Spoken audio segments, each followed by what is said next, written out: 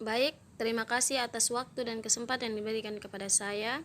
Saya Santi Mulyani Dewi Ratuloli, mahasiswa semester 3, Prodi Sosiologi, Fakultas Ilmu Sosial dan Ilmu Politik, Universitas Nusa Cendana Kupang. Pada kesempatan ini, saya ingin menjelaskan materi tugas harian mata kuliah Perubahan Sosial Budaya. Langsung saja pada topik pembahasannya. Pandangan teori struktural fungsional tentang perubahan sosial dan budaya. Seperti yang kita ketahui bahwa teori struktural fungsional merupakan sebuah teori yang berisi sudut pandang yang menafsirkan bahwa masyarakat sebagai sebuah struktur dengan bagian-bagian yang saling berkaitan.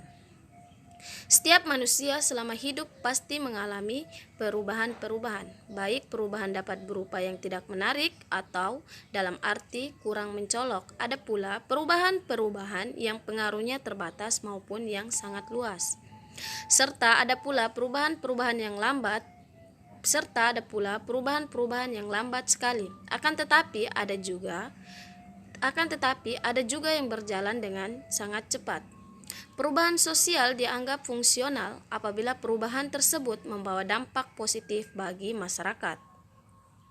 Konsep perubahan sosial person bersifat perlahan-lahan dan selalu dalam usaha untuk menyesuaikan diri demi terciptanya kembali equilibrium. Dengan kata lain, perubahan yang dimaksudkan oleh person itu bersifat evolusioner dan bukannya revolusioner.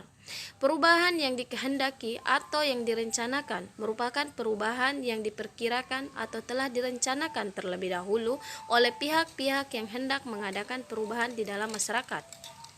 Pihak-pihak menghendaki perubahan disebut agent of change. Perubahan sosial yang tidak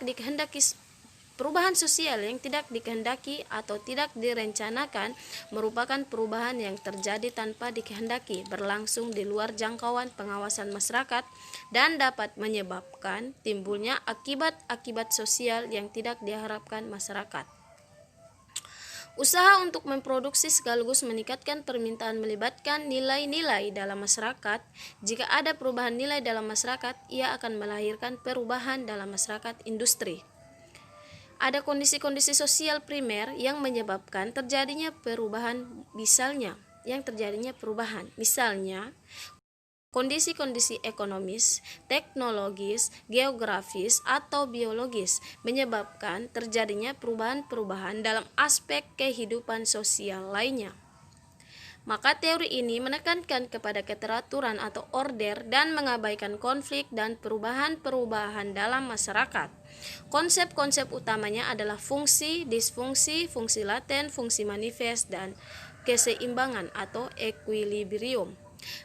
Menurut teori ini, masyarakat merupakan suatu sistem sosial yang terdiri atas bagian-bagian atau elemen-elemen yang saling berkaitan dan saling menyatu dalam keseimbangan.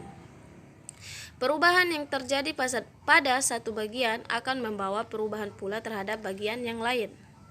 Hal ini juga terdapat pada setiap struktur dalam sistem sosial yang berfungsi terhadap yang lain. Masyarakat menurut person tak ubahnya seperti organ tubuh yang terkait dan tergantung antara yang satu dengan yang lainnya. Untuk hal ini, person menggunakan kata konsep yang berfungsi untuk menggambarkan koordinasi harmonis antara kelembagaan. Sistem yang berbentuk kelembagaan dalam setiap masyarakat memiliki fungsi jelas dalam melaksanakan tugas terbentuk untuk stabilitas dan pertumbuhan masyarakat. Satu hal penting dalam masyarakat bahwa masyarakat senantiasa berada dalam keadaan berubah secara berangsur-angsur dan tetap memelihara keseimbangan.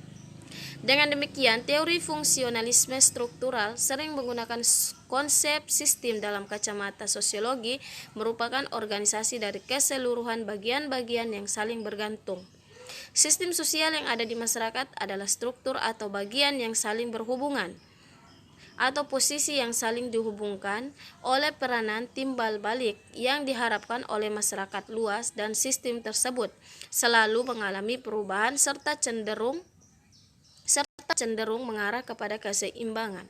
Proses pertumbuhannya yang terjadi secara perlahan.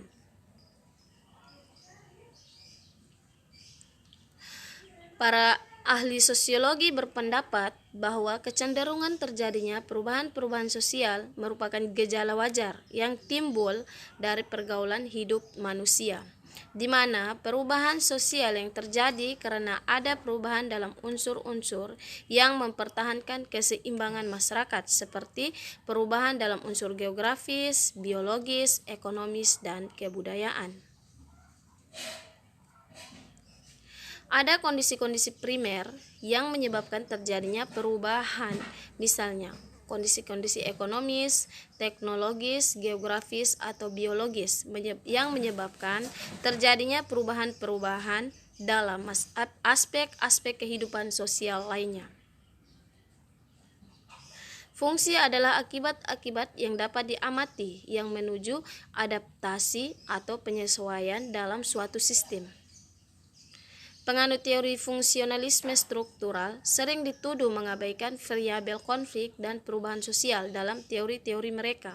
Tetapi penganut teori fungsionalisme struktural modern yang diperlengkapi dengan konsep-konsep seperti fungsi, disfungsi, fungsi laten, dan keseimbangan telah banyak menjuruskan perhatian para sosiolog kepada persoalan konflik dan perubahan sosial. Dan perubahan sosial, menurut mereka, pemahaman terhadap perubahan sosial membantu penganalisaan struktur sosial. Person sebagai tokoh fungsional modern berpendirian bahwa orang tidak dapat berharap banyak mempelajari perubahan sosial sebelum memahami secara memadai struktur sosial. Teori fungsionalisme struktur masyarakat berada dalam kondisi statis atau tepatnya bergerak dalam kondisi keseimbangan. Menurut George Ritzer, asumsi dasar teori fungsionalisme struktural adalah setiap struktur dalam sistem sosial juga berlaku fungsional terhadap yang lainnya.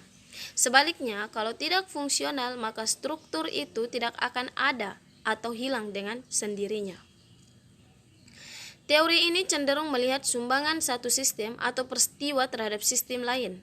Karena hal itu mengabaikan kemungkinan bahwa suatu peristiwa atau suatu sistem dalam beroperasi menentang fungsi-fungsi lainnya dalam suatu sistem sosial. Secara ekstrim, penganut teori ini beranggapan bahwa semua peristiwa dan semua struktur adalah fungsional bagi masyarakat. Talcott Person telah banyak menghasilkan sebuah karya teoritisnya. Ada beberapa perbedaan penting antara karya awal dengan karya akhirnya.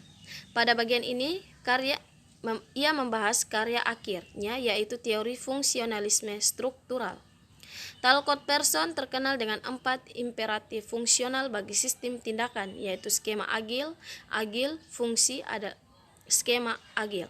Agil fungsi adalah suatu gugusan aktivitas yang diarahkan untuk memenuhi satu atau beberapa kebutuhan sistem.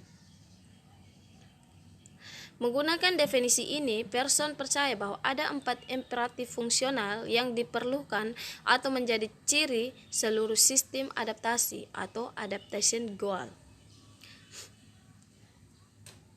Secara bersama-sama, keempat imperatif fungsional tersebut disebut dengan skema agil. Agar bertahan hidup, maka sistem harus menjalankan keempat fungsi tersebut. Sebuah sistem harus melengkapi, memelihara, dan memperbarui motivasi individu dan pola-pola budaya yang menciptakan dan mempertahankan motivasi tersebut.